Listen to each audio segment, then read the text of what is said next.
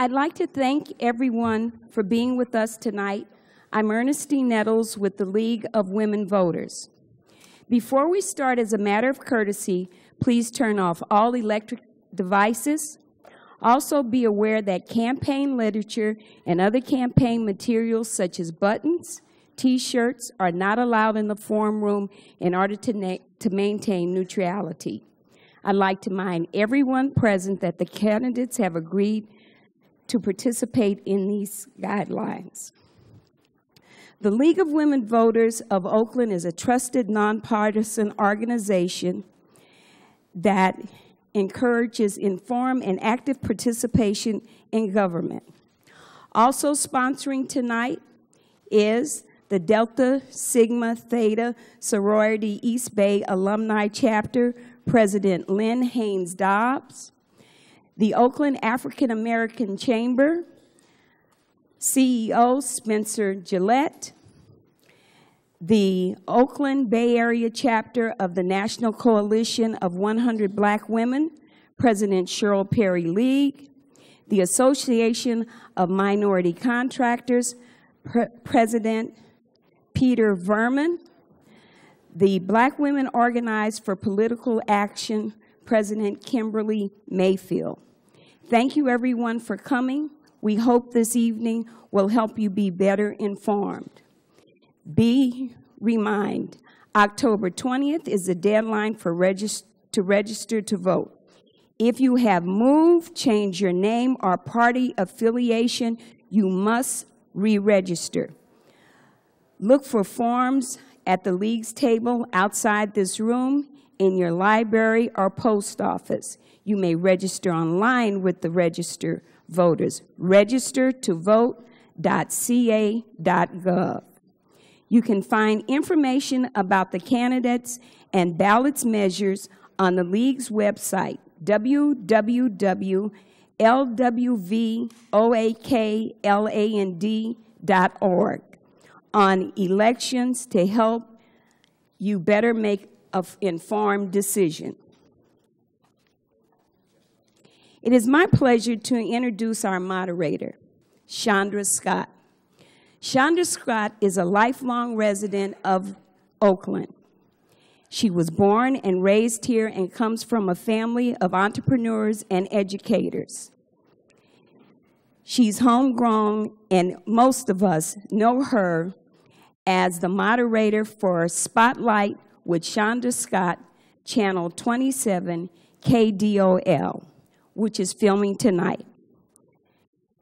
Please turn off all electronic device, and here's Chandra.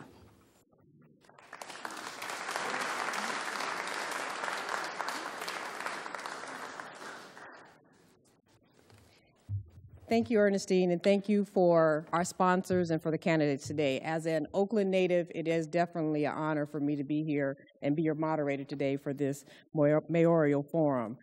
Before we start, there's a few things I need to highlight. First of all, we had 15 candidates in this race, and 12 of the 15 are here today. Give them all a round. It's a lot. I will introduce them in alphabetical order, the ones that are here today. Saeed Caramoose, Rebecca Kaplan, Peter Liu, Patrick McCullough, Brian Parker, Jean Kwan, Courtney Ruby, Libby Schaff, Nancy Seidelbaum, Sidebotham. I want it right, though. Dan Siegel, Joe Tooman, Charles Williams. A few of the ground rules tonight, we have timekeepers in the front. They have colored marked signs, 30 seconds and stop. Each candidate has an opening statement that's 1.5 minutes long. If you go past that, when you get to 1.5, I will graciously have you stop. The order that was selected for the opening remarks were pulled by drawing numbers. So the order that will be for the opening remarks, for the closing, will be the reverse order. The closing remarks, you only have 1 minute. We have 5 questions, and each candidate has 1 minute to answer the question. So all candidates will answer all 5 questions, and each will have 1 minute. And once again, I will graciously stop you if you go past your 1 minute. Also, there are no rebuttals, so your answer is your answer to the question. So with that, we will start with our first candidate who drew number 1. For her opening statement, Rebecca Kaplan. Good evening, and thank you so much to all of the hosting organizations. It is wonderful to have an opportunity to spend time with all of you talking about this important decision about the future of Oakland. My name is Rebecca Kaplan, and I'm running for mayor of Oakland to bring strong leadership for our city, for safer neighborhoods, for local jobs, and for a city government that is responsive and respectful to the public. I grew up attending Orthodox Hebrew Bible School, and the first job I ever held was as a Bible teacher. I then went on to attend MIT as an undergraduate, where although I majored in what most people call psychology, what they call cognitive science, my unofficial major was campus activism. Together with grassroots community, we worked to end the university's investment in any businesses that were invested with the apartheid regime in South Africa. And so I had an early experience of activism bringing about social change. I got to volunteer on the campaign for Senator Kennedy, and then I went to law school out here and decided to work as a housing rights attorney in Oakland, fighting against wrongful foreclosures and unjust evictions. I was elected in 2008 to the City Council at large seat and re-elected in 2012. I know we can build a future in Oakland with local jobs and local business contracting, where we support our local economy and make sure the uplift applies to everyone in our community. Thank you. Good evening. Patrick McCullough. You got to push, you push. Okay, now I'm on. I'm Pat McCullough, and I haven't been in office before, mainly because I didn't want to. I'm probably like a lot of you here who was hoping that the people who were most interested in running for office, collecting money, trading favors, were going to do at least what we needed done instead of looking out for themselves. But I've been very disappointed. In my 20 years living in Oakland, I've gone to the city council, I've gone to the county government, trying to get things taken care of that affected my neighbors, my own family, and people around town that I hadn't met, but I had read about and empathized with their problem. Every time I did that, I was extremely disappointed. So, as will probably happen to some of you, if it hasn't happened already, you're going to be left alone without the support of the government that you're paying for. I don't want that to happen anymore. I want us to get past all these petty problems, these identity issues where, you know, I'm the first this, I'm the first that, and vote for what makes sense. I ask you to look at my record. I've been around for 20 years, and there's no way I can hide what's been going on. And compare that with the other people who have maybe been in office for that time. See if they've done the things that they should have with their power, with their microphones, with their authority. Or have they let you down too? I guarantee you, they let you down in the past, which you will see by checking their record. They will let you down in the future. It's time to get past all this frustration, get past inefficiencies, and do the things that's right for our future by electing me, Patrick McCullough. Thank you. Thank you. Libby Schaff. Good evening. My name's Libby Schaff. I was born and raised in Oakland, graduate of Skyline High School, and I was raised in a family that was truly committed to community service. I like to say I've got dirt under my fingernails from every neighborhood in Oakland because I have been doing volunteer work across this whole city my entire life. Now, my first career was as an attorney at the largest law firm in Oakland, but I left that to start a centralized volunteer program for the Oakland Public Schools at the Marcus Foster Educational Institute. After that, I've had 15 years of both legislative and executive experience in Oakland city government, from being the chief of staff to the president of the city council, special assistant to Mayor Jerry Brown, a director of public affairs at the Port of Oakland, and now as a council member for District 4. As a council member, I have fought hard to bring a holistic approach to public safety, not just more police, but better policing, intervention and prevention programs, and addressing the root causes of crime. I've also fought to strengthen our small businesses by bringing an innovative microloan program to Oakland in partnership with our great city attorney, Barbara Parker. I'm very proud to be an Oaklander. As Oaklanders, we are creative, we're compassionate, and I'll speak for myself. I can be a little scrappy when I need to be. I would be honored to have your support in this election, your first place vote, or some other place on your ballot. Thank you so much for being here tonight and caring about the future of our incredible city. Thank you. Saeed Karamus. Thank you. Ladies and gentlemen, good evening.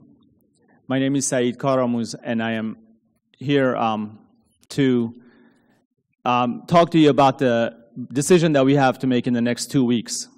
It's an important decision, and it's a decision between who's going to be on the right side of history and who's going to be on the wrong side of history.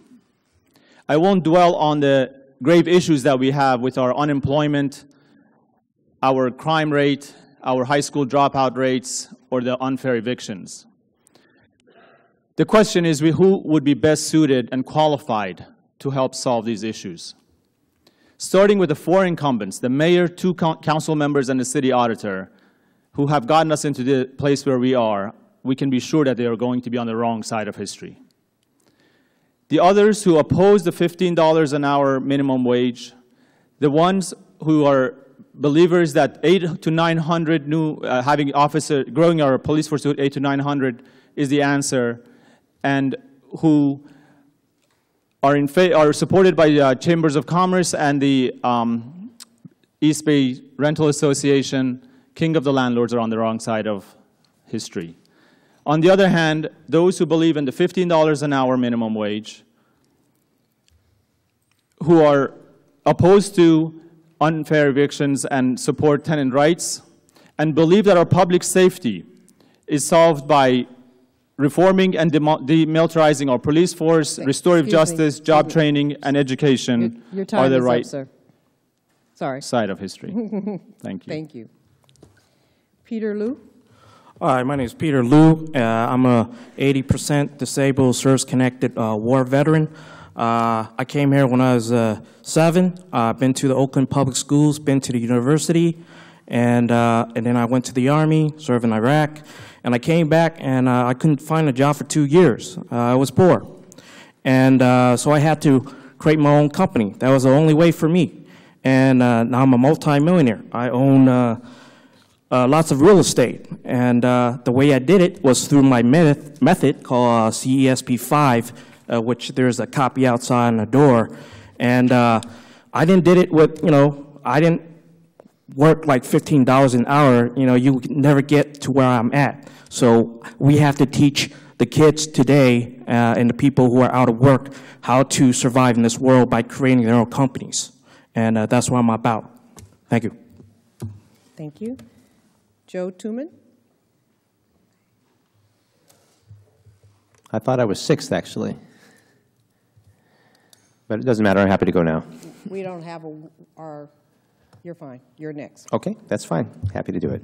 Good evening, and thank you for being here tonight. My name is Joe Tuman, also a candidate for mayor.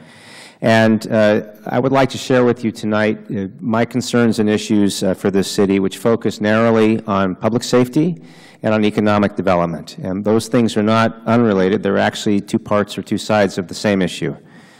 The underbelly of crime in this city is without question poverty. When you are poor, when you are hopeless, when you feel desperate, you will do desperate things. And that could happen to any one of us in this room with a life change that involved a change in your health, the loss of a job, a change in your relationship with someone. It could be any person here. That means that government must address in a more meaningful way than we have before poverty if we're going to really meaningfully make a dent in crime and change the narrative of this city. Tonight, I hope we'll have some opportunities to directly answer those questions with respect to public safety, but I would want you to know with respect to poverty, that for me this is very much about addressing housing. You have to put a roof over someone's head. It's about education, which for me as a mayor would mean meaningful participation with the school district in the 20 to 25 underperforming schools in East and West Oakland to make sure we address truancy and graduation, reintroduce vocational education where possible, and also address preschool education in those places. And finally, it's about the attraction of more businesses for jobs. Thank you. Thank you. Brian Parker. Good evening. Thank you all for spending some of your weekend time with us. I guess you guys love politics even more than we do, so thank you. I'll start with a story of ending my day in Sobrante Park, where after I'd last knocked on the last house, I happened upon two young women, and they were huddled by my car, and I think that they expected me to give them one of this just say no to drugs kind of talk. But I went up to them and I told them that I was running for mayor, and I said, you can have my card and call me. And I said, what could your city do for you? And they looked up at me and they said, I'd like a GED and a job. It should be a shame where we live in a city as rich as this, where that is the aspiration of any of our residents, to be able to get the equivalent of a high school degree and a job. We are clearly the tale of two cities where we have underinvested systematically in education and economic opportunities for decades for some. And this divided city that we have, City Hall has failed to step into the breach. So I question the people that are already a part of the machine now saying that they're going to bring leadership or now saying that they're going to bring change falls on hollow ears to me. I'd prefer to look as the San Francisco Chronicle did when they said we need a fresh start. We need somebody with a different perspective, business acumen, and a mind for our whole city. So I was proud that the San Francisco Chronicle gave me their sole endorsement and to be included on the Pastors for Oakland slate. Thank you. Brian Parker. Thank you. Dan Siegel. Thank you. My name is Dan Siegel. You know, Oakland is a city of great problems. We continue to have high crime, we have unsuccessful schools, we have high unemployment, and we have galloping gentrification. Yet this campaign, as it enters its final 2 weeks, is a campaign of low expectations. The incumbent officials say they haven't done too bad a job. They can do a little better job, depending upon which one you listen to. But that's not enough. To be a great city, we need great expectations. We need leadership with a vision, not to make a little change, not to tinker around the edges, but to make radical change, to create a city that works for all of us. You know, I've been a civil rights activist since I went south in 1965 to register voters, and I've been a civil rights lawyer for the last 40 years. I have a vision that says that Oakland must deal with poverty. It can't just allow things to go the way they've been. We need the $15 minimum wage. We need to create jobs. We need to intervene radically in the Oakland School District, which graduates less than 50% of its African American and Latino students. We need to reorganize OPD to end police misconduct completely and forever, and to redeploy more than twice the number of officers now deployed to work in our neighborhoods with the 700 who are authorized. And to deal with gentrification, we need to create thousands of affordable homes. Thank you. I have a vision to do that. Thank you. Thank you. Jean Quan. Good evening. I am the mayor of Oakland, and I'm proud of the work I've done. I want you to judge me on my record. I have a lot of friends at this table, and they're promising you a lot of things, but I want you to look at my record. I walked in the door and found within a week that we were $58 million in deficit. We're issuing a budget report that says that our income will be $26 million above projections. I was able to work with the unions to get the police to pay into their pension for the first time, and I've been steadily bringing police back up to the point where on Halloween we'll be above 700 officers for the first time in 4 years. I've reorganized the police so that if they don't show up, you can call a captain and you can call a beat officer and say, what's up? That we can hold them accountable. And not only is crime coming down in numbers higher than the other parts of the country, our homicides will be the lowest in 20 years if we keep on this record. And to me, that means a lot. The last year of Jerry Brown's administration, 147 people were murdered. We're going to be in the 60s. And more importantly, our police officers, for the first time in history that we can find in written history, have not even fired their guns for over a year. There's a change happening. Oakland's on the change. An economic investment, I brought in 3 projects that are literally bringing in billions of dollars of investment that's helped cut the employment in half and has helped give our young people hope. Thank you. Nancy Botham. Good evening. Thank you for forming this evening and inviting us all to hear what we have to say and why we're running. I'm running because I'm angry, I'm fed up, and I'm tired of how Oakland has. I've lived here for 50 years, and I've seen Oakland continue to go downhill over that period of time. I see other cities around us growing and busting out at the seams, and yet Oakland continues to spiral downward. The leadership needs to lead. They don't need to micromanage the departments. We need to hire people that know what they're doing, that can run the departments with authority and precision, and not have to worry about whether we have something that works in this city. I'm a Cal State Hayward graduate. I went to Merritt College on Grove Street and graduated there in '68. I've been involved in the city and in politics since 1982. I've run for city council in District 6 a number of times. And all I want to do is bring the people together and give them the chance to take back their city. We have to stop having outsiders, developers, and certain groups out there continue to control the city. They ask for your vote at election time, and then you're forgotten about. We need to change that. We need to fight back for where we want to be and where we want to go. We have a future in Oakland, but if we continue the way it's going right now, we are going to continue to spiral downward, and we are going to be in bankruptcy. Thank you. Thank you. Courtney Ruby. Good evening. I'm Courtney Ruby, and it's time to tell it like it is. We have the best city in the Bay Area. We have everything that we need to succeed right now, but something is holding us back. We need to fix Oakland's broken government. I'm a CPA and an auditor. I've spent my whole professional career separating fact from fiction and getting results. I've taken a troubled agency and made it a model of accountability, transparency, and results. From one of the worst to one of the very best, I know we can do it because I've done it already. I know what we need to do. We need to start with public safety. From that, everything else will get easier. We need to identify, through waste and mismanagement, enough money to hire 200 more police officers. We need to drive high-wage employers here, and we need to increase our economic base so that our kids have a fighting chance to succeed. Besides being an agency head, I'm the proud mother of 2 brilliant boys I'm raising in Oakland, and I want them to be safe and strong and successful. They deserve, and we all deserve, a city government as great as our city. And that's why I'm here, and that's why I'm asking for your support. Thank you. Thank you. Charles Williams. Can you hear me?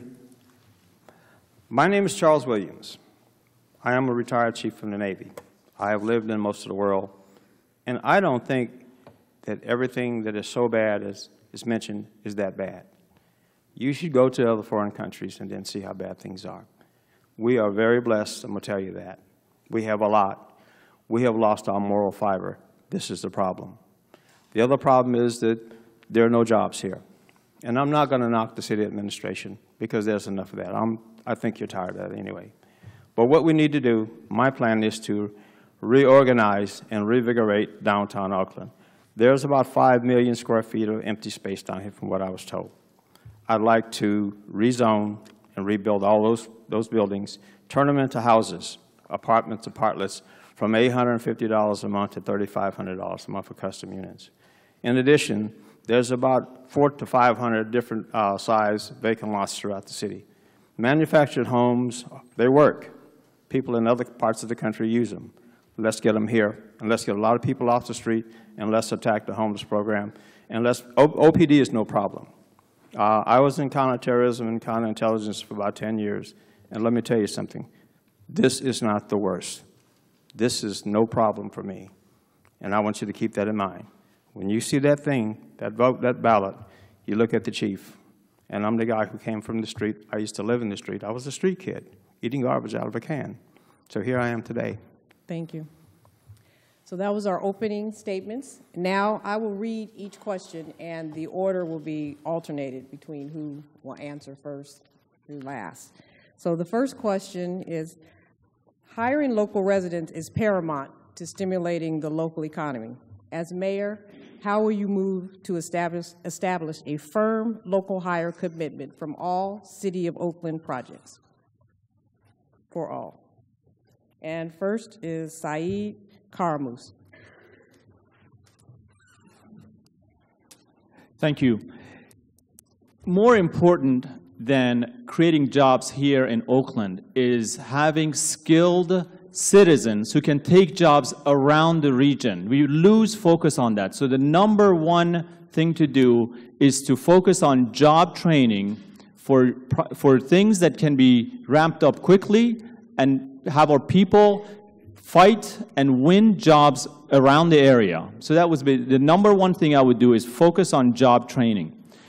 Secondly, I would work on having the apprenticeship programs with the developers who make money in our city more robust, so that when they go through the apprenticeship program, they are then enticed and attracted to take those people to take the jobs in Oakland. I don't believe that it's easy, or I don't believe it's practical to enforce the 50% or 75% local participation. They make great sound bites for politicians, but they don't make good job policies. That's your time. Thank you. Thank you. Peter Liu. I have a job training program. It's called CESP5, in which I have thousands of people come into a convention, and we separate them into a different zip codes.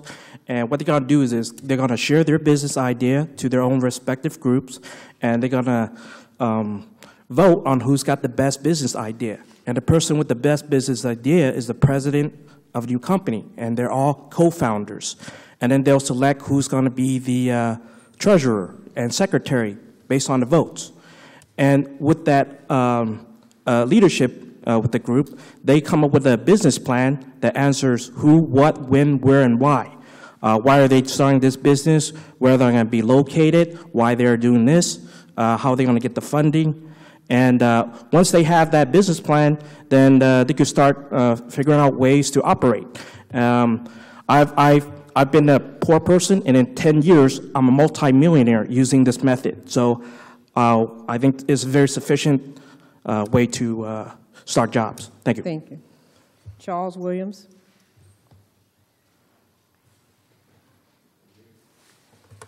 One of the things that you have to realize is that home. Problems for people who cannot find jobs start in the home. We have got to find the catalyst and the way to start training kids in the first and second grade. We're going to have to start counseling a lot of family people, parents, so to speak. We're going to have to raise kids. This is one of the problems we have to attack. The big thing is training. Every union in the Bay Area has a training program, every single one of them. And I was at Castlemont High School a couple of months ago, and I talked to all the union people. And I've been in the union since 1981. In Local 39, all you have to do is pick up the phone and call and say, you want to be an apprentice. That's all you got to do.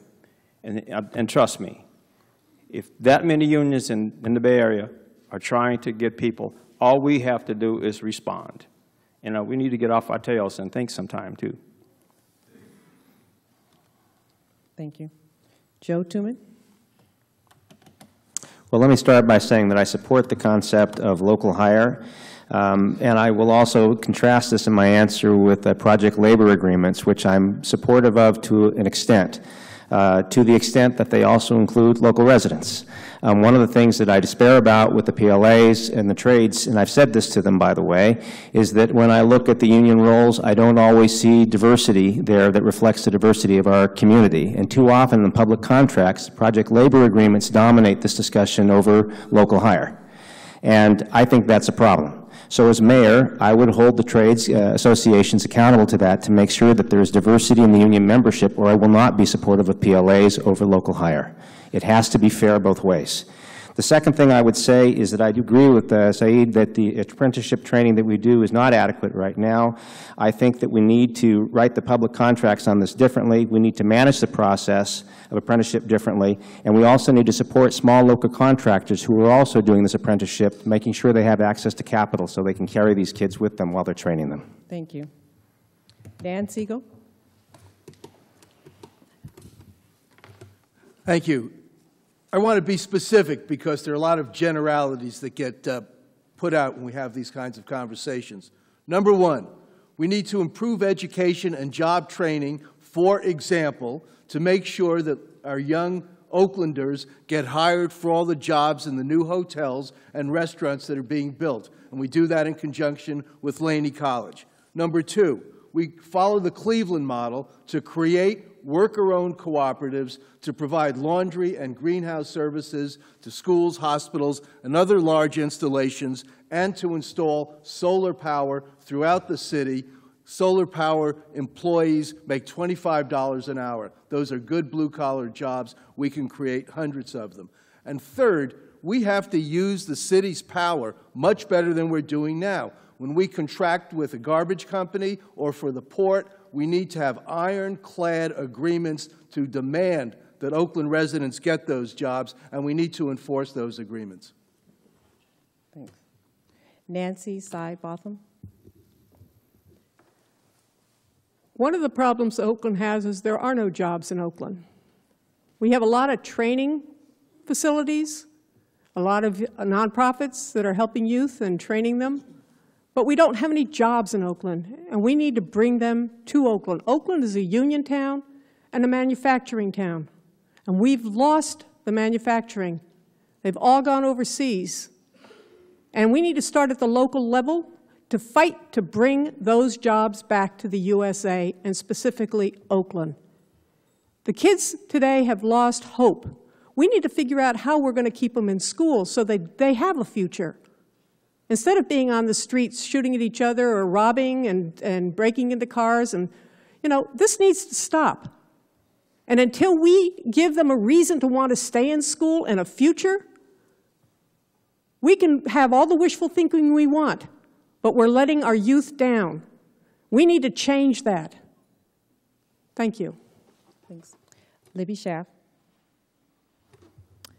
So first of all, we have to strengthen our existing local hire requirements that the City of Oakland already has. And there certainly may be projects where 50% is not enough. We could actually require higher than 50%, with the thought that over the course of the year, we've got to average 50%. That's something that has been talked about in the past but never implemented. The second thing is we know that when we give preferences to local firms tend to hire locally. And so you kind of have a double bonus when you also enforce those requirements as well. But I agree with a lot of what Dan said and a lot of what has been said about it's not just the city having policies that require local hire, it's also ensuring that our Oakland youngsters are qualified and ready for those jobs, not just the ones that the City of Oakland are offering, but the other firms and opportunities in the city. We could be much more aggressive in using the power of a PLA to require unions to hire not just locally, but from organizations like Cypress Mandela, Men of Valor, so it's not just any Oakland jobs, but the people that really need the jobs the most. Thank you. Courtney Ruby. It requires long-term vision and accountability. What we know is that we have to have Oakland workers who are job ready. So it goes back to workforce development. development, making sure that when our kids graduate, that they have the basic STEM skills. So when they are applying for these jobs, they're ready. And we know that that is a problem, that Oakland doesn't have a long-term vision and strategic plan in place to meet the employer's needs.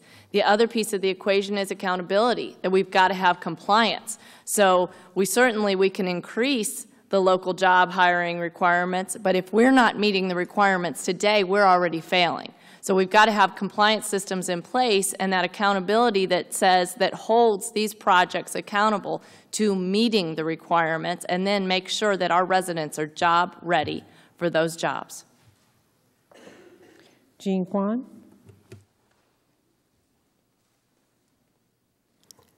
So this is something I've been working on for, it seems like, 25 years, and now we have a new superintendent who is really looking at reforming our high schools, and please vote yes on Measure N. As mayor, I reestablished Elihu Harris's education cabinet, and this is one of the main things that we're looking at.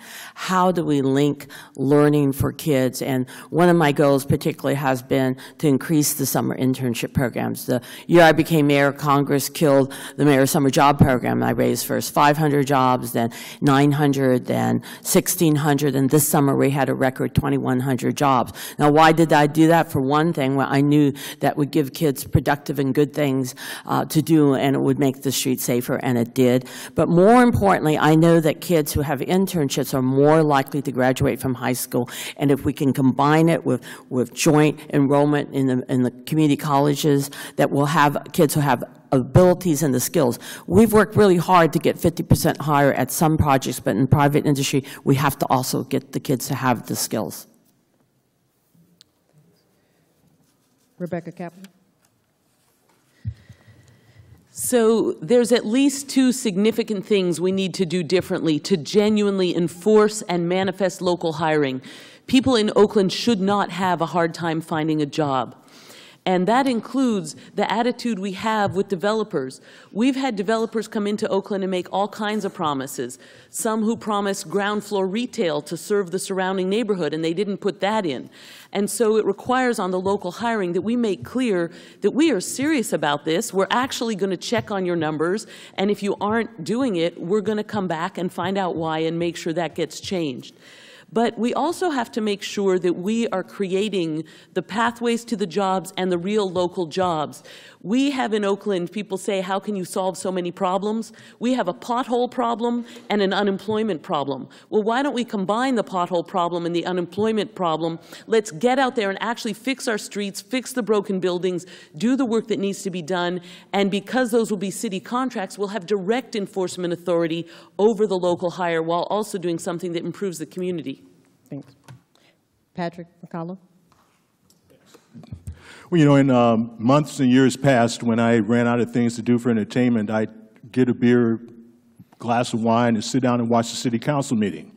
Because it's really hilarious to listen to people who've had the authority, had the microphones, had the opportunity to make sure that locals got hired, to put that in the writing, to go and make sure people are accountable, the developers, the government officials, the unions that they deal with and seek endorsements from. It hasn't happened. So for me, it's all a bunch of bunk, because it's a very simple thing to make sure that you're going to get 50%. They've never done it. This average 50% is, okay, something else is probably going to fall through the cracks. It's a very simple thing of taking leadership. I'll make sure it happens. I know what we need. We need education. We've got to have motivation. We've got to make sure these developers come in and want freebies from us and favors. They do what we want them to do. If they don't do it, move out the way and we'll get other people in here who will bring their money in and do it the way we want it. I'll make sure it happens. Brian Parker. So I think that this is a what and then a how. And the what is more jobs. I have a plan, and you can check out my full economic development plan on the website, of 20,000 jobs here by the year 2020. Port, trade, and logistics, healthcare, retail, and technology. You've heard about the local preferences and the local hire. I also think that we could use tax incentives to increase the incentives for people to hire locally. One of the other things that I think we need to do within local hire, and I think this was brought up by Councilwoman Kaplan, is to finally follow through on our disparity study. So it's not just locals, but it's those underrepresented groups that we can offer jobs to.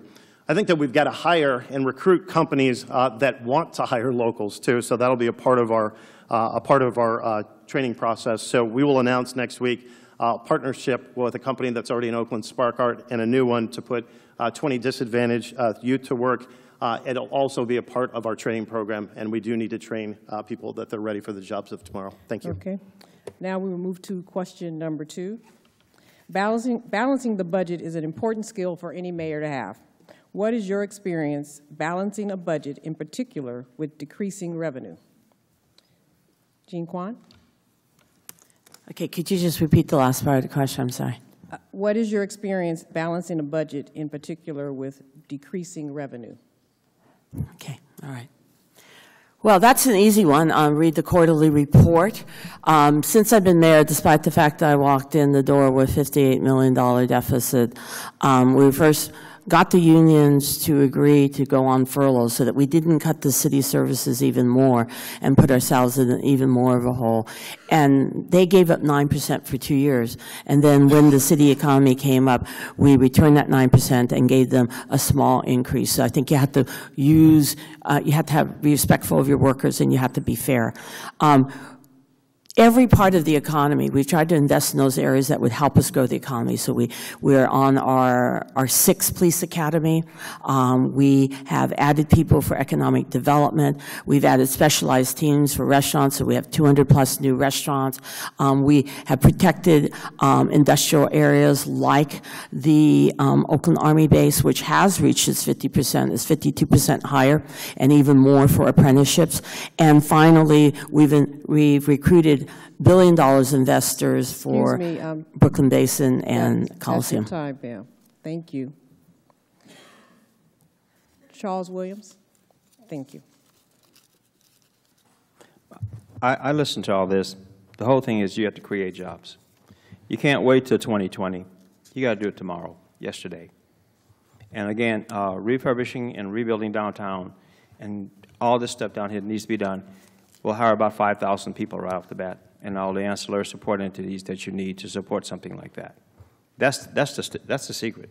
And I don't look at so big of a problem that it cannot be served.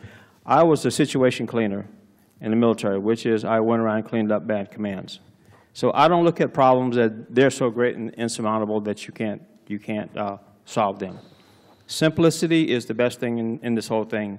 And again, jobs, training, honesty, dignity, and getting the confidence of the community. Courtney Ruby. So we need a mayor with the financial and management expertise that can identify the operational inefficiencies. I have spent 8 years as the elected city auditor identifying millions of dollars in waste, lost revenue, and mismanagement. When we talk about the Oakland government needing money, what I know is right now I'm proposing mandatory management audits to identify enough money to fund 200 officers. How do I know we can do that? Because when we looked at the Public Works Department, we found $9 million that was identified in savings by reducing crew sizes, streamlining operations, and focusing on core services. When we went in and looked at the emergency medical services with Measure M and N, we identified $1.4 million sitting in a fund balance that the voters had approved. And I told the administration to return the money or use it. So what they did was they bought 3 fire engines and took someone who was being funded off of the general fund and funded off of M and N. That's how we get revenue. Thank you. Thank you. Saeed Karamus. So your question is what the private sector does on any given day, doing things cheaper, better, and faster. Of all the candidates here, I'm the only one who has been a senior executive in global companies with over 300,000 employees, larger than GM. So to be specific, I first of all have published that I would have a participatory budgeting process so that the people of Oakland can influence how the decisions are made. Number 2, the $15 an hour minimum wage would raise the standard of living for many so that they don't have to rely on city services. And then number 3, which probably have the most impact, is streamline many of our business processes within the city. For example, our public safety is 40% of the annual funding for our annual budget for the city of Oakland, yet for the like-sized cities and like characteristic cities, we have the fewest number of officers per capita. There has to be some savings in there that we can find. Thank you. Okay. Libby Schaff. 2 years ago, I was appointed as the chair of the City Council's Finance and Management Committee because I was considered the council member with the best expertise on managing the city's budget. Budgeting for a city is very different than budgeting for a private concern. As someone who's run a nonprofit, I have had to build and manage budgets for nonprofits that had some restrictions. But the City of Oakland's budget has more than 160 restricted funds in it. And even the general fund, which is theoretically unrestricted, it has all sorts of constraints by voter-passed measures, and it is a complicated beast. And it is a beast that I have gotten to know well for the past 15 years. Also, as the Director of Public Affairs, I manage the budgets of 3 departments at the Port of Oakland. So I bring a lot of experience in balancing budgets, particularly during times of decreasing revenues. And I'm sorry I won't get to talk about long-term financial planning, addressing the unfunded liabilities. Rebecca Kaplan. Thank you. I like the way Mr. Karamuz put it in terms of doing things both more effectively and cost effectively, better and cheaper. And so I wanted to share a couple of examples of my perspective of what that should mean. For example, when we fail to repave streets on time and they get done later than they should, they have fallen further apart and cost more to fix. And so, for example, Oakland right now has millions of dollars that were allocated to us for street repair that have not yet been spent simply because of the slowness in the process of putting out those work projects. And so by speeding up those work projects, doing more blocks at a time, we could actually get more streets paved more timely for less money. Similarly, we need to cut red tape for our small local businesses. People are being given the runaround by the permit desk, given 3 contradictory answers to the same question. Then they can't get their business open or their construction project done. And we are wasting money in both staff time and the time of the person trying to do their project. That's another way we could save money. Thank you. Nancy Seibotham. I'm a tax preparer, so I understand budgets, I understand finance. And when you start looking at the city and how it functions, the first people you need to talk to are the unions and the people that work for the city, because they know where the problems are, where the money's hidden, and what makes the city function.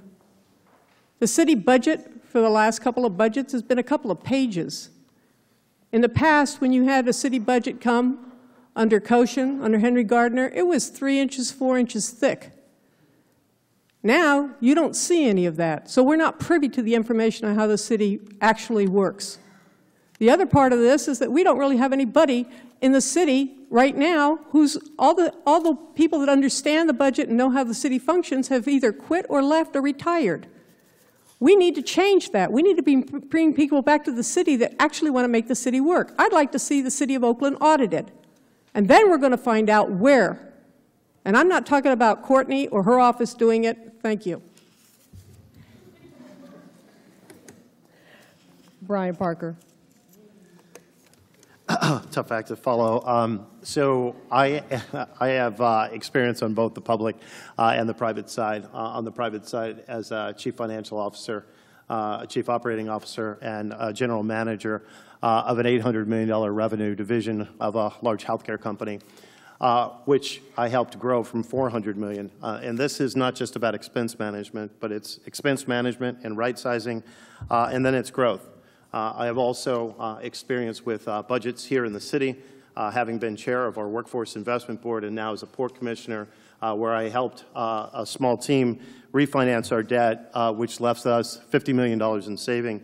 On the revenue side, we need more businesses here. That will increase our revenue base without upping the tax rate. Public-private partnerships, retail, and other new revenue lines. We've got to get out of the business of thinking that the only way that we can bring more revenue to this city is to tax our residents. So it is responsible fiscal management on the liability side and more revenue. That's how you get to balanced budgets. That's your time, too. Thank you. Peter Liu? I went from having zero money to owning like multi-million dollars in real estate. And these are like my property tax bills. I pay like tens of thousands of dollars in annual property taxes. And if I could get from zero to like multi-million dollars in 10 years, I could show the people to do the same ways I do. Okay, that's creating companies. You're not gonna get rich on $15 minimum wage. That's way off. So I have to ingrain people as young as middle school with leadership skills, would know how to teamwork, how about honesty and integrity. None of these are taught in the public schools. I've been there. None taught in the university. At the university, you got like 50% of people plagiarizing on papers. That's not cool. When they come out, they're not gonna be successful. Okay, they're gonna be like employees. They're not gonna be successful employees either. Okay, you got to learn how to be employers. Okay, that's the masters of a society. All right, thank you. Dan Siegel? Thank you. You know, I have experience adopting balanced budgets with the school district, with the Housing Authority Commission, but I think that's really the wrong question. When we focus on balancing budgets, it means we accept an austerity model, which is, as people know, is being fought across Europe today. We accept the status quo where 70% of our children live in poverty. We have to grow our budget, not just balance the budget. It's unacceptable to me that we have an education system that's failing, that we don't have youth programs, that we don't have park and rec that works for people in this city, that our libraries are facing closures. We do not accept the austerity model in the city of Oakland, which accepts the status quo. Instead, we need to work to expand our financing so that we could provide people in this city with the programs they need to truly prosper as human beings. Okay, thank you. Patrick McCullough?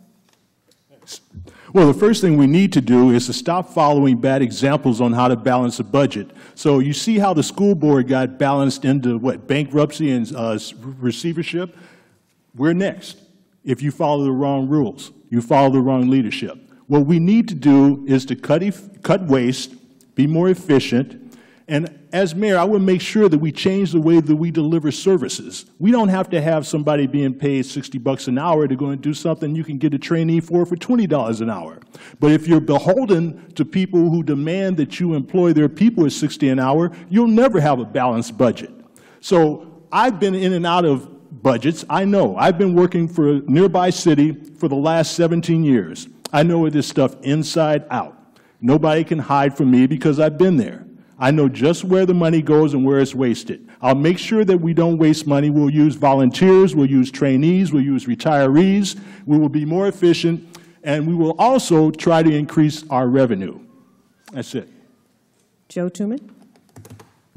Well, I think your precise question is, what's your experience in balancing a budget? So here's my precise answer. I've been a department head at a university, a public university, for many years. I've worked with my dean in those years to live within the budget constraints that we have laid out for us. And here's the key point. When you have a dictate given to you, which is that you only have so much money to work with, you have to meet that but not compromise the service that you're providing, which in our case had to do with class size and quality of instruction. And I consistently worked within that and made sure those weren't compromised.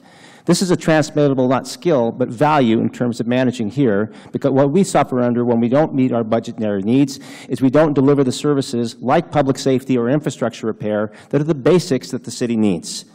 I would also say, if you'd like to know more about how I would balance a budget, please go to the Oakland Tribune online and look at the full interview. It's 37 minutes they did with me where they asked these specific questions, and I gave very specific answers about debt servicing, capital improvements, and also ideas, for example, about what you do with one-time accumulation of revenues like we had this year and how you should set it aside for one-time expenditures. Thank you. That's your time. That's the last answer to question 2. Question number 3, today is the 25th anniversary of Loma Prieta earthquake. This city was devastated. Retail has not been the same since then. So the question is, what will you as mayor do to attract and bring major retailers back to Oakland? Libby Schaaf. I just want to challenge the question of major retailers. I think that Oakland has a kind of secret sauce, and that we as a city have got to celebrate our unique flavor. And so it's not always having a big department store. It can be a lot of smaller stores and lifting up our small businesses. We have an incredibly talented community of entrepreneurs in this city, and they are some of the ones that need to be supported first. I was very proud to work with Barbara Parker to bring the Kiva Zips microloan program to Oakland. That is a kind of program that's going to help our own organic businesses grow, and that's who I want to give some preference to before pulling in some sort of national chain. Now, we can incentivize different retailers to come to Oakland because we don't have redevelopment anymore to kind of entice them with money. We do have the power of zoning to entice them with housing bonus credits, and that's something that we have done in the Valdez area, and that will give us a nice, vital area of mixed housing and retail together. Thank you. Rebecca Kaplan. So this was achieved before, and that means it can be done again. Just up Broadway from here was where people throughout the region came to shop, came to go to the theater, came to do their shopping at a whole array of department stores that served everyone in Oakland and the wider region. And that is worth potentially millions of dollars to Oakland's tax base. That's how we pay for the services we need. We agree that we care about things like parks and public safety and after-school programs. But if we're not serious about attracting the retail, we won't have the money to pay for those things. Plus, it's better for people who live here to get to shop here because we also then end up getting the jobs.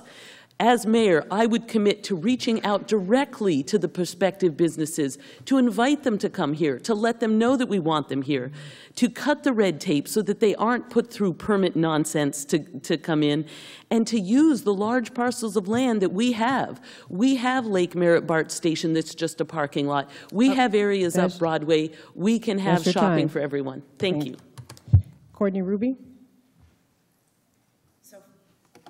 First, we have to have the leadership to deliver a safe and well-run city. We have got to address the dysfunction inside City Hall in order to attract the retail that our residents so desperately want. When we look at leadership inside City Hall right now, we know that we have a revolving door when it comes to department heads like the police chief, the city administrator. So when we talk about attracting retail, we've got to get public safety right. We know that people are not coming here because of public safety, and we do not have the density to attract that retail. So when we look at Oakland and we create a vision by, number one, delivering on public safety. When we deliver on public safety, then we've got to increase the density. That means we have got to make sure that we have the housing units here and that we are building up. And with that density, then we have enough volume for retail to come in. But no one will invest in the city if it continues to be broken and we cannot deliver on public safety. Dan Siegel. Thank you. You know, in the economic system that we have, companies that have goods and services to sell will come where there's a market. So what can we do to make Oakland a better market? Number one, we raised the minimum wage to $15 because people who make $15 spend a lot more than people who make $9. Two, we do need public safety. I've talked to retailers in the Fruitvale and other parts of the city. They want cops patrolling in front of their stores to make sure that they and their customers are safe. They also want the streets to be fixed, and they want parking tickets to be lowered. Parking tickets are a big distraction and discourage people from coming to shop. We need to build housing, affordable housing, and market rate housing, because the more residents we have with money to spend, the more people will patronize businesses, as they're doing downtown with all the restaurants and clubs. And finally, we need to fix the City Hall red tape, which makes it harder for people who want to do business here to get the licenses and permits they need. That's it. Thank you. Jean Quan.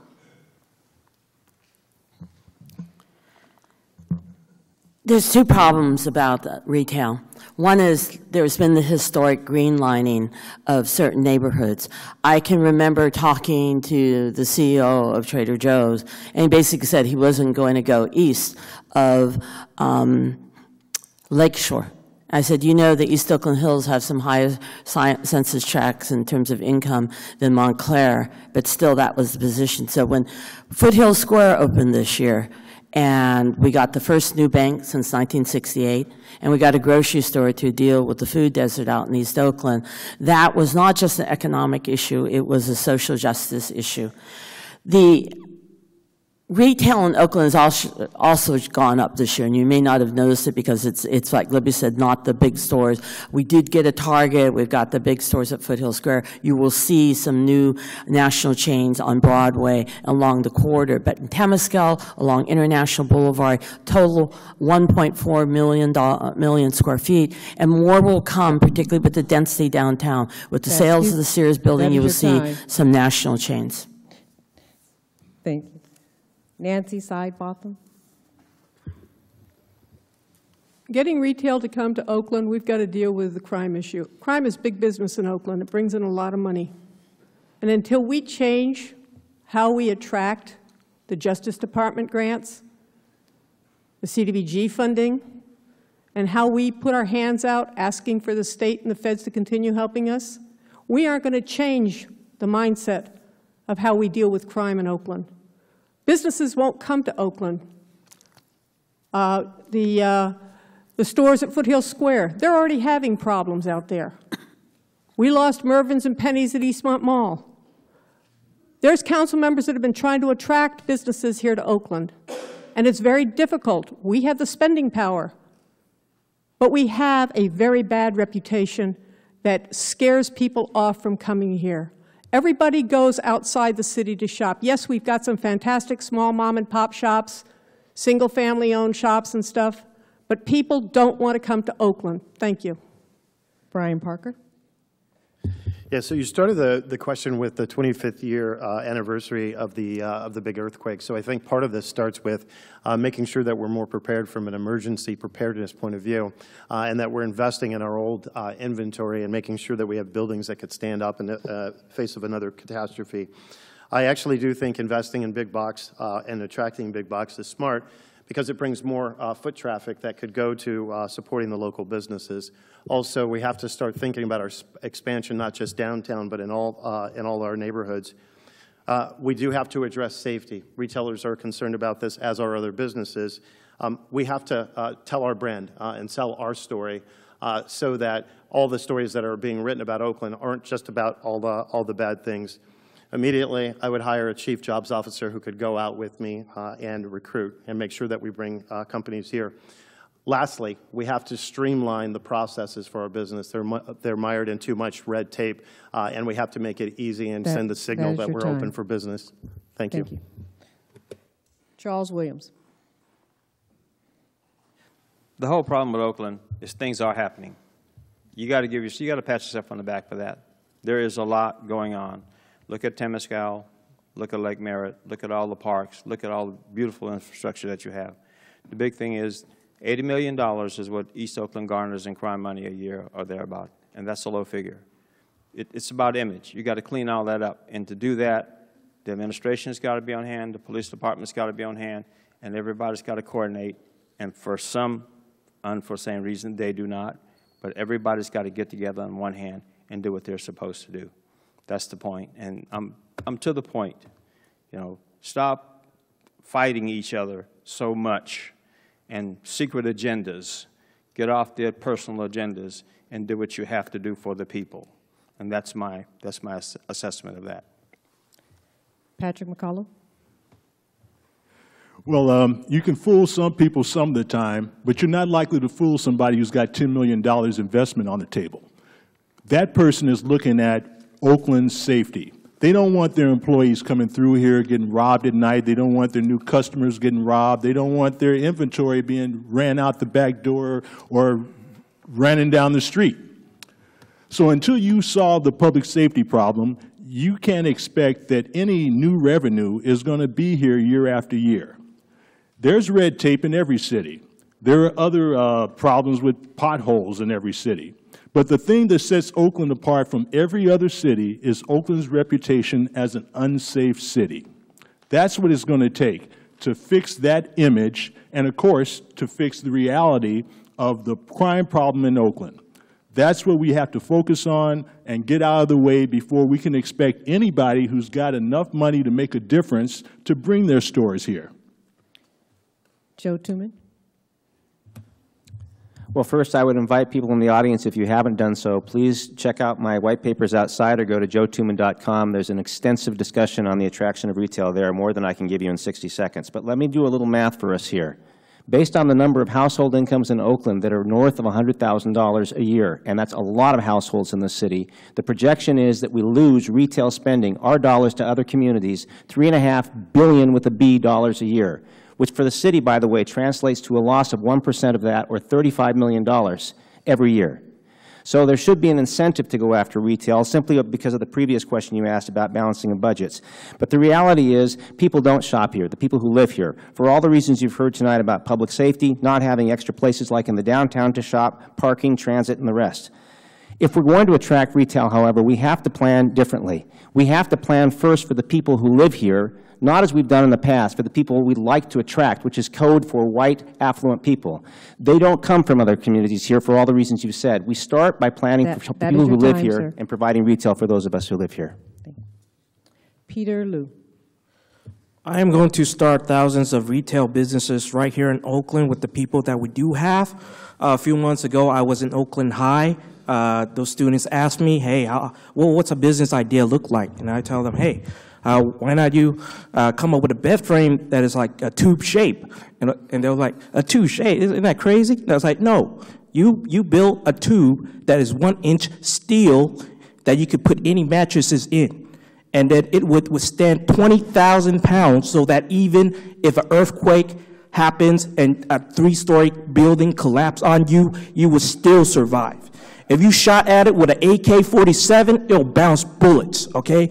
And that, you could sell it to retail for $5,000 when the cost of making it would be $1,000. So that is one of the business ideas I put out to the students, and they like it. And it's like that kind of ideas that would spark the industry in Oakland. Thank you. Saeed Karamus. The penalty for that is an additional 30 seconds. That is not in the rules. The last thing I want to do is turn Oakland into another Emeryville. For anyone who's been following the trend of big box retailer, you know that industry is on its way down. Amazon is taking most of the share of that industry. So with that, and the fact that employment in these big boxes are low skill, low pay, and low energy, I don't think that's where I would be focusing my attention on. I would be focusing on the cottage industry, empowering people to become their own employers, having a high energy, high creativity, and high paying jobs. So with that, I would facilitate it by having special zoning districts that cater to them, having common services for them, and also having cutting down the red tape so that they don't have to jump through so many hoops in order to get a business started. Our differentiation is the creativity and the innovation that we have in our community. Thank you. That's your time. Before we move on to our fourth question, I just want to recognize that during Loma Parade, a number of our local officials here and local leaders did a tremendous job of making sure the community was secure, and there was job training that was available that came from that, like Cypress Mandela. So I just want everybody to give a round of applause to our officials and in honor of the people, as well as Paul Cobbs for their work.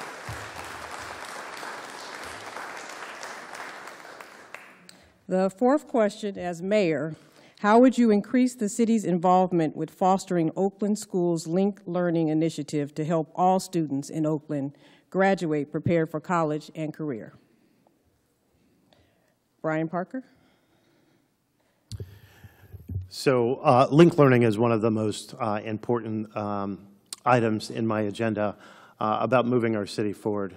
We have to realize that unless we have jobs, we can't get out of the situation that we're in, which is having enough money to invest in things. But if we don't educate our children and prepare them for the future, we don't have a skilled workforce that allows us to attract these businesses. So as is envisioned in Measure N, I think it's important that we get more money into the schools so that we can bring back things like trades and that we get good apprentice programs, ship programs going with our trades, that we are putting computer science as early as the 5th grade in our schools so that these jobs of tomorrow, which in my plan would be technology jobs, kids all over the city will be ready to go and do. Investing in workforce investment here and through our community colleges, I think, are a way towards this linked learning. Dan Siegel. You know, we go through identical concepts with new terms, right? When I was a kid, we called it job training. Now we call it linked learning. And the issue, in my mind, when we talk about job training, is training people for jobs that actually exist instead of jobs that don't exist, and training them for jobs that want the schools to train people to do. When you go to work in a technology company, they want to train you in the technology. They want you to come with reading skills, with basic math skills, and with the ethics of being a good employee. So let me give you 3 examples. As I said before, we are opening up thousands of jobs in the hospitality industry. And we don't see Oakland kids, particularly African-American kids, working in the restaurants. We need to train. We need to train young people to be police officers, to qualify for the test, to be able to pass the test and get through the training. And we need to train people for jobs in healthcare. And we need to focus on training our young people for jobs that actually exist. That is your time. Patrick McCullough. Well, the first step is to motivate the youngsters, to let them know that there's more to do besides just be in school. I started off myself as somebody who didn't know anything, couldn't do anything. And then one day, the last white guy in the neighborhood, I used to work for him for $1 an hour doing construction work as a kid. He told me, he says, Pat, you know, you're a smart ass. Some people won't like you. You need to find something you can do that will keep you food in your mouth. You got to find something you can do no matter what. I picked up electronics. And I know that was a linkage for me because it made sense. And as I walk around, I see youngsters out here in the street, and I'm thinking, okay, where do they think their cell phone payment is going to come from next? Those are the things that are missing that a leader needs to put back into their heads. They don't see the linkage. And it's a very simple thing of putting it back there to them and supporting it as it goes along. That's what I'll do. Nancy Botham. Again, we need to inspire our youth to want to stay in school. Not all of them are going to go to college. We need to bring back the shop programs where they're taught how to use their hands. We've got graffiti all over the city because there's no art classes in school anymore. These kids want something to do. They need hope. We have no jobs. We can talk all we want about the ideals of what we think is going to happen, but we're in reality. We have no jobs here in the United States. How many of you out there have your children still living at home? How many of you have kids that have graduated with PhDs, BAs, and are sitting at home with no jobs because they can't find them? We have a serious problem here. We are going automated. What, Amazon is going to start delivering by drones? I mean, come on. We need jobs. And we can't tell our kids, you've got to go to college, you've got to get educated, if we've got no future for them. Thank you. Libby Schaaf. A 2006 study of high school dropouts showed that one of the most common responses as to why children drop out of school is because they did not find their education to be relevant. Now, Oakland has a shameful dropout statistic. Nearly half of our kids are not finishing high school. Ensuring that all our children finish high school with the college or career of their choice is one of my highest priorities as a leader and something that I have worked tirelessly on throughout my life. And just a few ways that we can support the Linked Learning Initiative, and I also just want to refer people to my website, libbyformayor.com. I have a 9-page policy paper about education. First of all, we can pass Measure N. Please vote for it this November. Secondly, the city can lead by example and provide thousands of internships within our organization and provide incentives for our employees, not just to house internships, but also mentor. Peter Liu. I went to a public school and university, and I can honestly say now it's obsolete, okay? Today's education is pretty much useless for me. If you know how to read and do basic math, you can start your own company as young as 12, and you'll be successful by the time you're 20s, okay? I learned the hard way, okay? I've been through college, hey, thinking I'll come out, get a job automatically. That's not gonna happen, okay? College degrees are only useful if they could get you a license in the field of study. Otherwise, you could just self-educate yourself at the library and save yourself a lot of money that way, okay? So if I had to redo it all over my life, I would just quit at middle school, be a dropout, and then create my own companies using this method that I created. Thank you. Saeed Karamuz. Thank you. So the number one priority is to keep the kids in school. We have a proven record by way of the Ever Forward Club, that's sponsored by Ashanti Branch in our school district with extreme success. The answer is we fortify, we assist those kinds of programs that keep our Black and Hispanic young men in school. Second to that, I would expand our partnership that has had a tremendous success with the Khan Academy. Sal Khan, who is a revolutionary in education in Palo Alto, with a program that has been taken up worldwide with support from Bill Gates and every educator that knows these things. I would emphasize on that so that we have interesting and engaging classrooms whereby children read and learn on their own pace and they achieve success, not because they just grow by a year, but actually because they obtain 100% of what they are supposed to learn. Jean Kwan. I know if you hear these forums, you would think that there are no new jobs and no booming economy. We've cut the unemployment from 17 to about 8 something right now.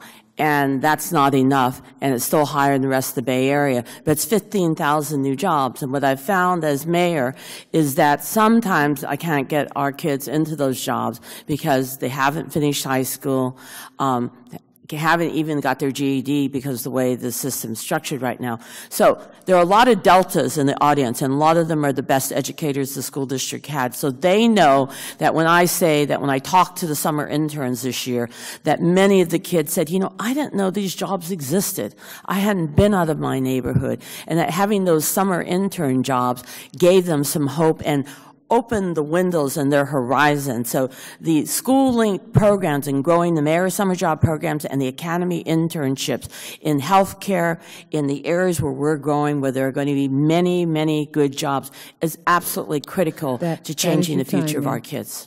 Thank you. Charles Williams. I didn't learn motivation in a classroom or college.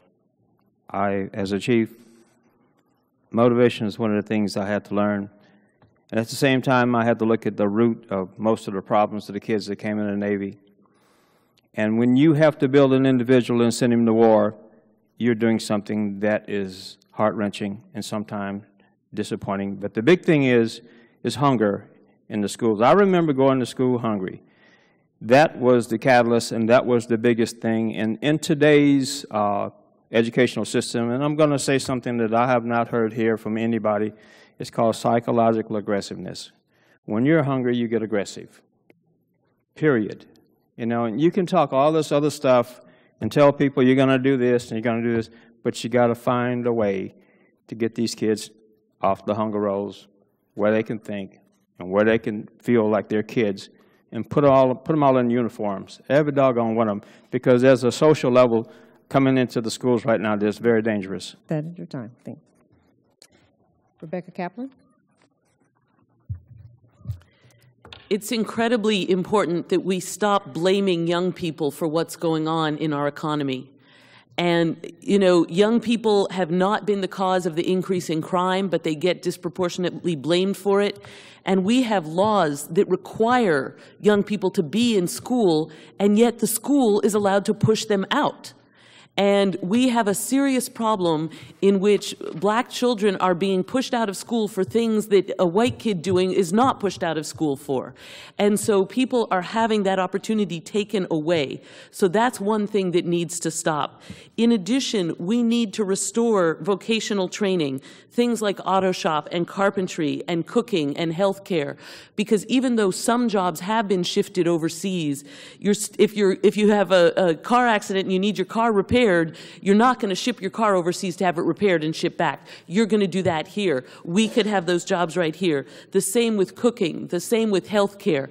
These are jobs that exist, and we need to provide the education that goes to them. Thank you. Joe Tooman. I think that my first part of the answer to this question would be, how would I increase the city's participation? I would fund a beta study of a particular high school in West Oakland, at a high school that already has, or at a high school that has an academy, a technology program that would allow at the end of a 6-month period 1 industrial grade certification. And this would actually be taught by Stride, which is a nonprofit in town, that teaches someone how to break down a CPU and put it back together again, not unlike those of us who took shop, broke down our parents' lawnmowers and then put them back together in shop.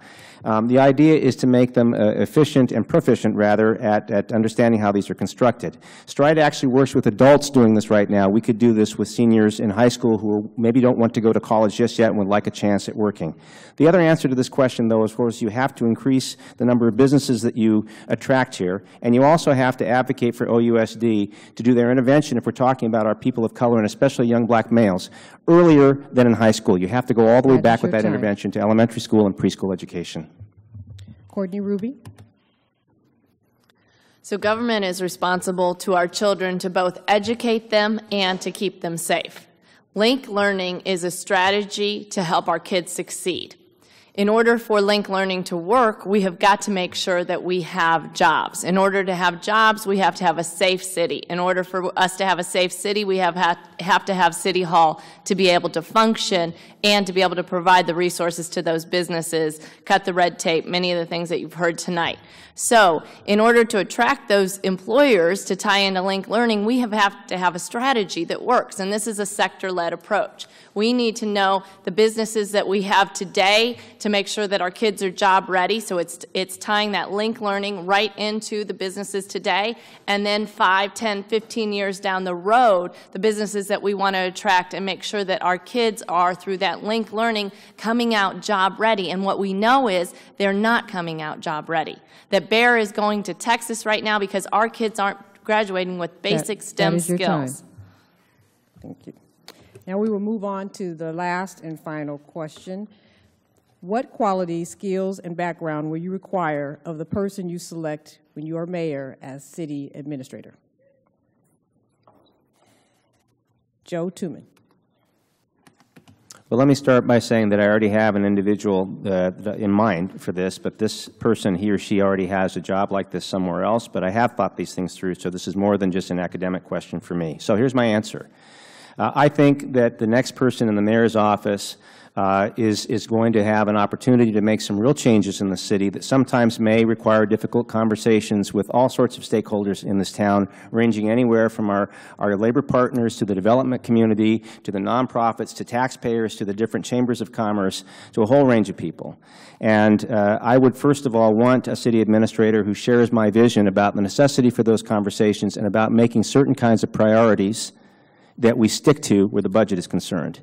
The other thing that I would tell you is that I want somebody who has local experience, and this individual does, and some institutional knowledge of how this works. And finally, I want someone who shares my value that says we're not going to sign contracts, for example, with our labor partners and then not set aside the money to honor those contracts. We're not going to pay for, or say we're going to pay for things and then not pay for them. We will live within our means and we'll grow our budget. Excuse me. Thank you. Jean Quan.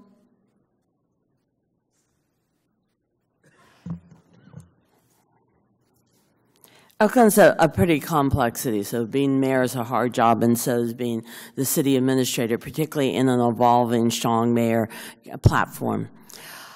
I guess I would want someone with the grace and the poetry of Henry Gardner, who seems to be able to talk to anyone and not offend them.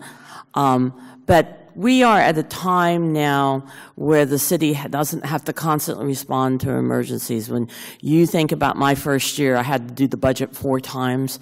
I found out the property taxes were going to come down for the first time in history. Redevelopment went away. We had huge social crises. And so part of it is just those management skills. But now we have a chance to not just cut, but to rebuild in a way that meets our dreams and our hopes and aspirations, and to involve our employees and our community more. So I'm looking for someone who's a good administrative organizer as well as a tough financial person, and somebody who can inspire and lead the workforce and listen to the community.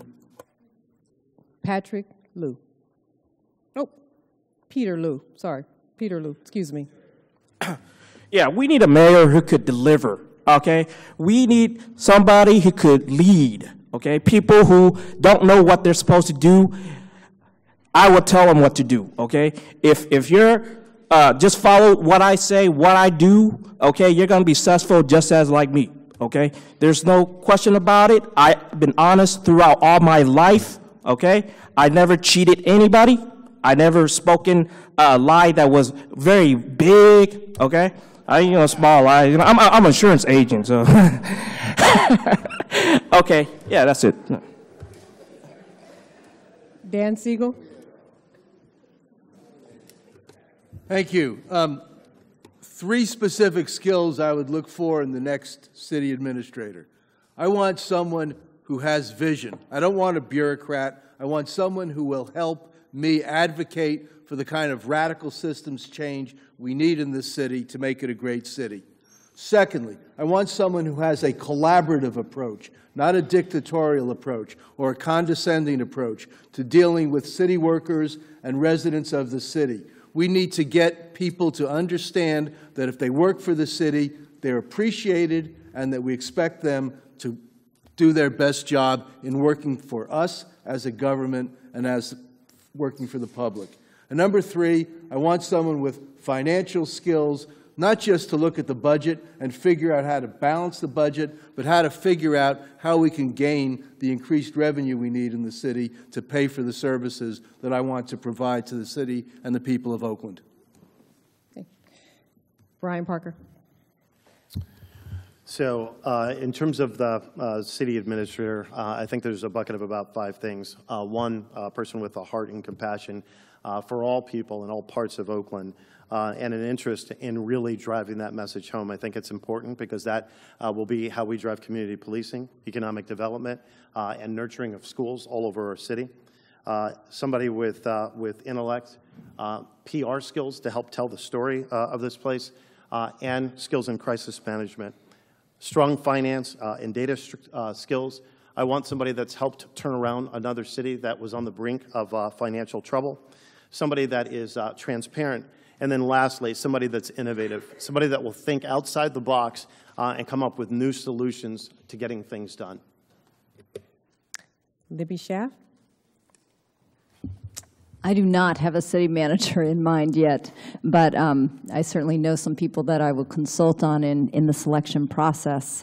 I'm going to go out and search for someone who is a consummate professional, who has a proven track record, and who has really done not just a great job, but an inspirational job. I want a results-driven manager, someone who's going to provide clear leadership for this city and accountability, but also inspire and motivate our workforce. And I want someone with an innovative intellect and maybe even an innovative soul, someone who is going to embrace change and trying things differently and making this organization responsive to the innovative residents that the city serves. And finally, I want someone who loves Oakland, someone who is interested in understanding our incredible communities and is going to bring a passion for their job. Patrick Bakalu. Well, I guess foremost, I want somebody who's a real nerd. I need to have somebody who's going to work with me and is an expert in policies, procedures, best practices, all the jargon, and who's going to be able to basically stay in the shadows. I don't want to have to compete with my city administrator. I'm going to be the lead in the city, and I want my administrator to make it easy for me to do that by working with the employees, being respectful for them, also being respectful of the people who don't have any connections, who don't have any money. That's the type of person that we need to keep in the city, regardless of who the mayor is. So some of the problems we've had before seem to revolve around personalities, power struggle. That won't happen under my administration. There'll be somebody you can trust when I'm out of town. There'll be somebody who can handle emergency when I'm away, who won't know when not to call the police. All these things can be handled, and you can be sure I'll be the one to do it right for you. That's your time. Thanks. Courtney Ruby. So one of my greatest joys is putting together a high-performing team. And when we look at the city, we know that the city administrator is critical. We need a city administrator who has the requisite skills and a strong constitution for a city that sometimes is challenged with accountability, that has an entrenched culture that you have to fight through at times to get to the results that we know Oakland deserves. So I'm seeking someone who stands ready to come forth because the city is so amazing, and we can have a city government as great as our city. But they're going to have to be sure that they're going to have to stand their ground. So I want someone with a proven track record and the knowledge and inspiration to know that we can achieve a safe and well-run city. With the right team and the right focus, we will deliver that. Rebecca Kaplan. I believe that the search for the next city administrator should be starting as soon as possible. Selecting the new city administrator, if I have the honor to be chosen mayor, wouldn't be the first thing I would do after being sworn in January. It would be something I would start immediately. We need to make sure to recruit someone, first of all, who wants to be here and will stay. Second of all, someone who cares more about getting things done than they care about puffery or showing off. And we need someone who is committed to doing what's right for Oakland. They have to be someone who's not looking over their shoulder for the next opportunity all the time, but putting in the time and the effort and the dedication to get things done. I also think there's something wise we can learn here from Exodus chapter 18, verse 21, Jethro's advice to Moses. First of all, don't try to do it all yourself. Second of all, when choosing other leaders to work with you, choose those who are trustworthy and spurn ill-gotten gain. Now you have me have to cut you in the Bible when you're recording scriptures. Thank you. Nancy Seibotham. My first introduction to a city manager in Oakland was Henry Gardner, and then Craig Koshin. And then Oakland started spiraling, and we lost vision. When we got one city manager, all of a sudden, all the administrators got their raises, but the city staff was still left behind. I want an administrator that is going to think of Oakland first, work with the unions, be supportive of the staff in Oakland. That's been lacking for a long time, and we need to change that. Be respectful of the citizens of Oakland and know Oakland. They also need to understand finances, and they need to know how to do a budget. Until Henry Gardner came back, we had very few people in the city that actually knew how to do a budget, because most of them had left. Oakland has laid off over 800 people, and we have not gotten them back yet. So we need someone that's going to sit here and lead and not afraid to say no. Thank you. Saeed Karamazov. So am I the last person? You would correct me. No, you're not the last person. I'm not. Okay, that's okay. I'm close to the last, and I will tell you, not one person used the word integrity and principle in their answer.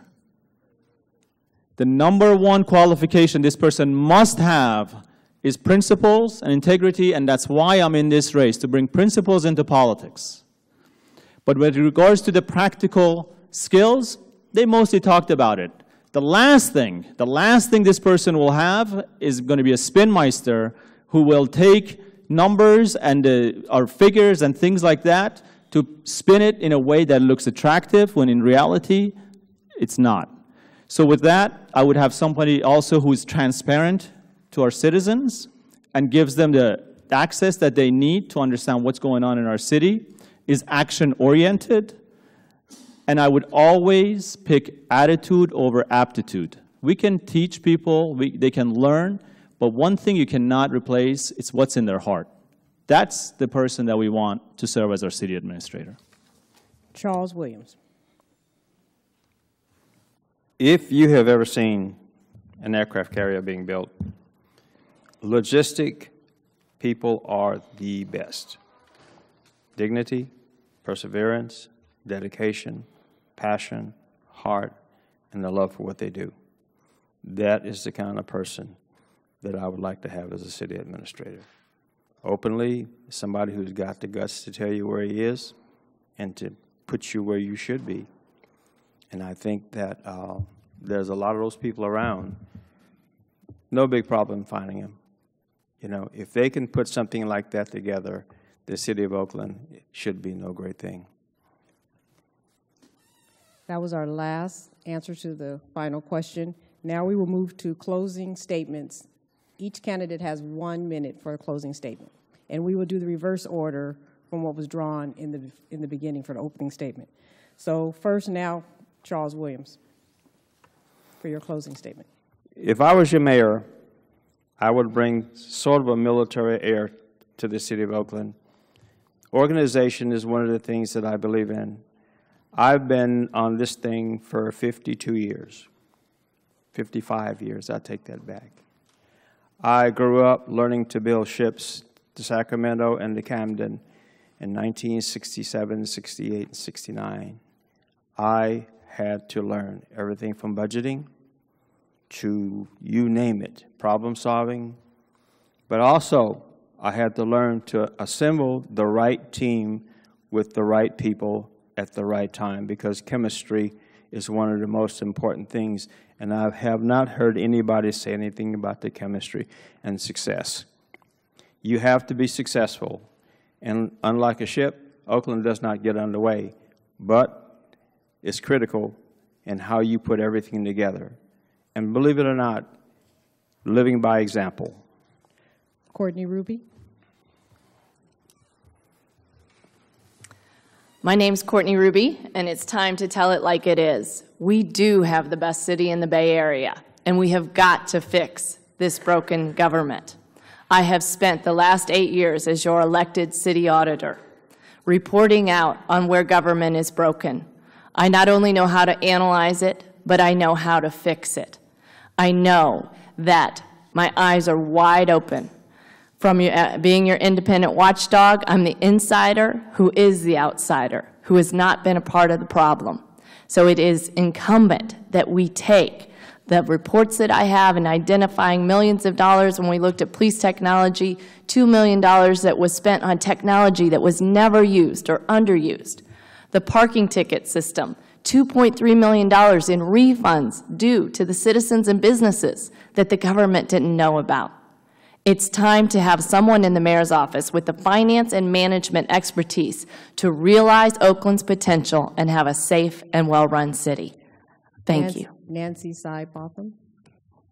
Thank you again for having this evening and letting us speak before you, and to KTOP for putting this on the air. I'm running again because I want change in Oakland. We've had leaders in Oakland, and 3 of them, well, 4 of them are sitting here. 3 of them keep making promises of what they're going to do. Trouble is, they've been on the council, and one's a mayor. And what are we promising for? Why aren't we doing it now? We need to seriously look at the other candidates and ask them why the media is not covering them, why they're not being asked the hard questions by the public because they're not being allowed to speak. Discrimination works really well in Oakland, but we need to change that. There are people running that need to be heard, and the media needs to open up their papers and their channels so they can be heard, so that people have a choice and not just being told how to vote. Thank you. Jean Quan.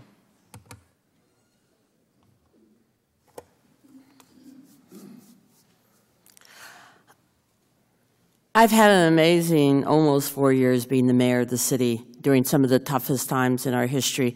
And together we've made the city rise. It's not just my work. I'm an optimist at heart, and I wouldn't be mayor today if I weren't an optimist. Nobody gave me a chance 4 years ago. But no one has taken on tougher issues than I have as mayor in the last few terms of mayors. I will put my record against anyone. Police reform, making sure that we work more closely with the schools, getting over 1 million square feet of retail going, getting 11,000 homes in the pipeline. We only built 900 homes in the 90s. We are undergoing an amazing time of growth. I've brought in billions of dollars of investments to the city, and I've done it in a way that visited every neighborhood, that had town hall neighborhoods in every community in a way, in a broader way, with a broader base of support than any of the candidates up here. I've done real things. I haven't just promised them. Thank you. Dan Siegel. Many people want Oakland to be a great city. We're only going to be a great city if we have a great vision for change. We need to redefine the discussion of public safety to create public safety, which means safety from bad education, safety from poverty, safety from unemployment. We need a new direction in this city.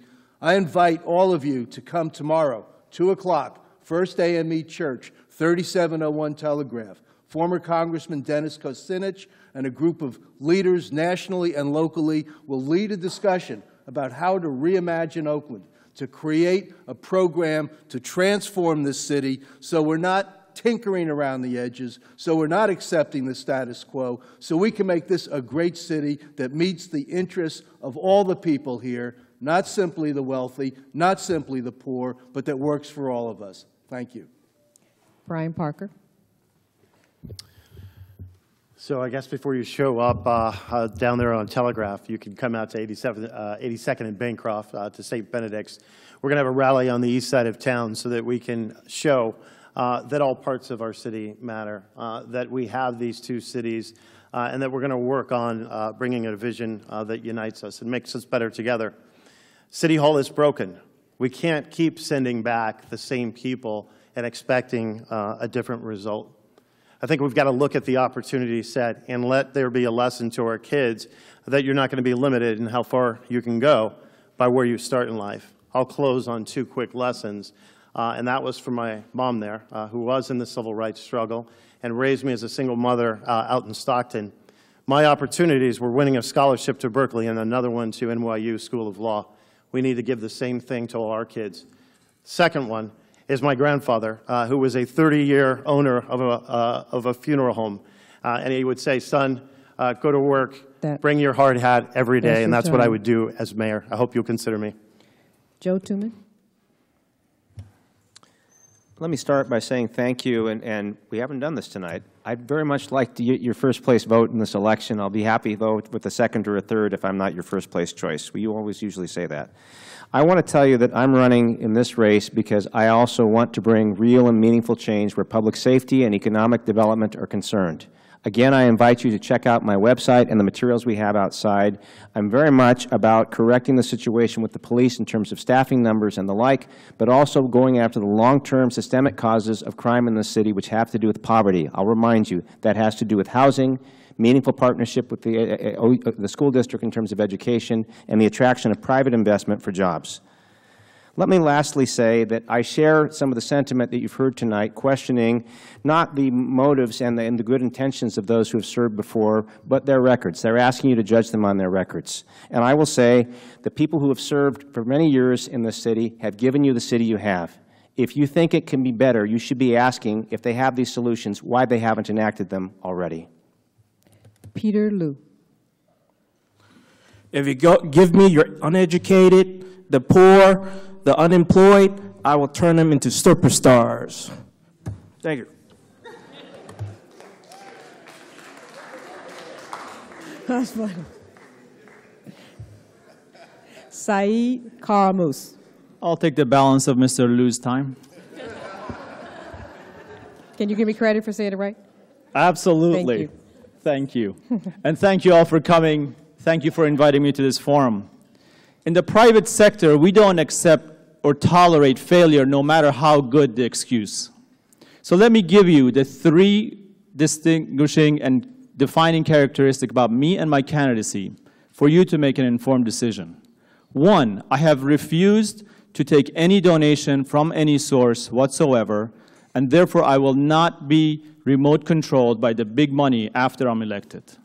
Number 2, I've published a set of discrete, actionable, and measurable programs that you can hold me accountable to after the elections. And number 3, as I alluded to earlier, the city of Oakland defines its mayor's position as an executive position. Above all others, I have had the most meaningful executive position in large enterprises that can do the job and be successful. Thank you. I ask for your #1 vote. Please go to my website, oaklandmayormovement.org, and see the programs. Thank you. Libby Schaff. Again, I'm Libby Schaff. I'm Made in Oakland. Thank you so much for coming out tonight. I received 2 really great endorsements over the last few weeks. One from Governor Jerry Brown, who's somebody who knows what it takes to be mayor of Oakland. He endorsed me because he knows that I know Oakland, I can get things done, I understand public safety, and I have a lifetime of working to improve the public education system in Oakland. The second endorsement was from the East Bay Express, a newspaper that pays careful attention to what happens in city government. They endorsed me because I was the progressive candidate who had the most ability to get things done, was going to restore community policing, who was smart, hardworking, and had the best commitment to good government. Government is complicated. Local government is on the bottom of the dog pile. I really hope to have your vote. Thank you for being here tonight. Again, Libby Schaff. Patrick McCullough. Patrick McCullough, and my website is patforoakland.com. Okay?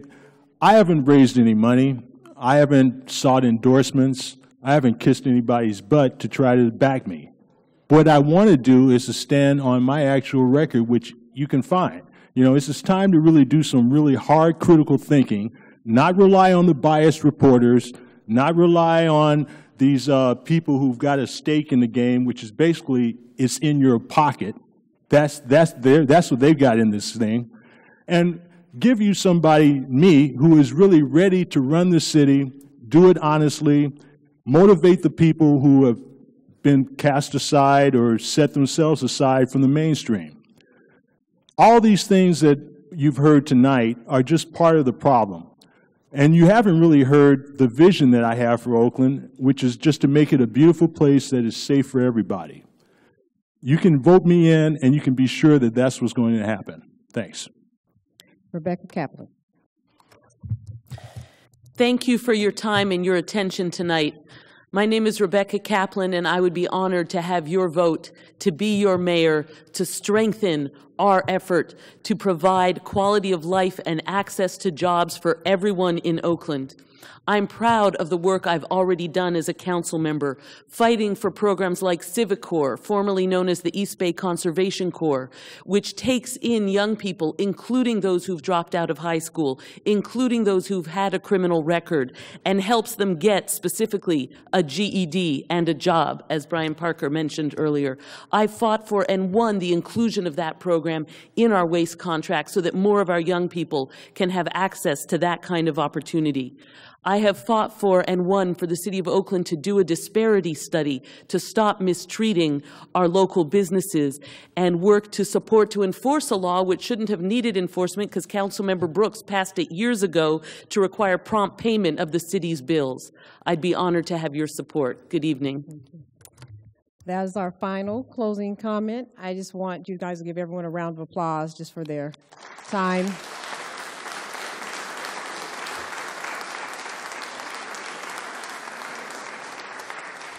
And commitment. There was no disrespect to anyone. There's a number of elected officials that are here, but the forum is for public servants, so we were all using their name for the forum purposes. Before I leave, I just want to thank you all for your time and thank the volunteers that made this possible before I bring up our sponsor for closing comments. Thank you very much.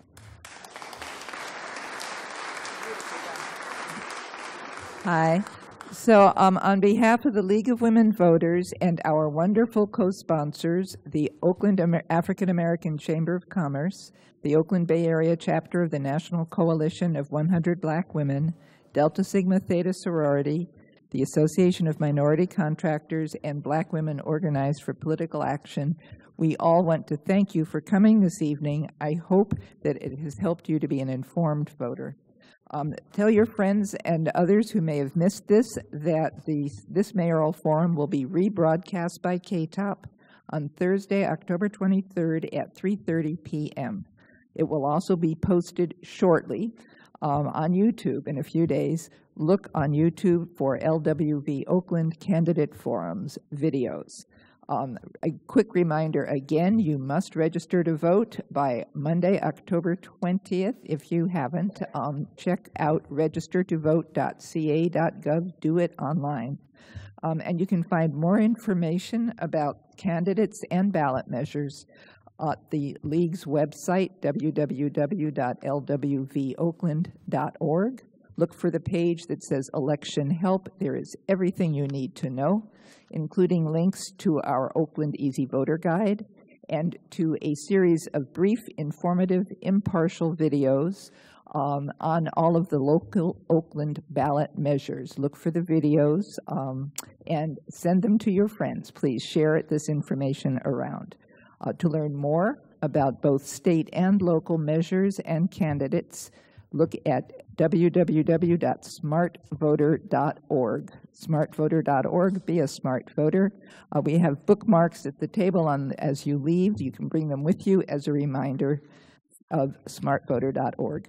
The men and women members of the League of Women Voters make democracy work. As Ernestine told you earlier, we never endorse parties or candidates, but we do get deeply involved in the issues. If you like what we do, why not join us? Please pick up a Join Us brochure at the table as you leave, or look on our website at Join Us. All right?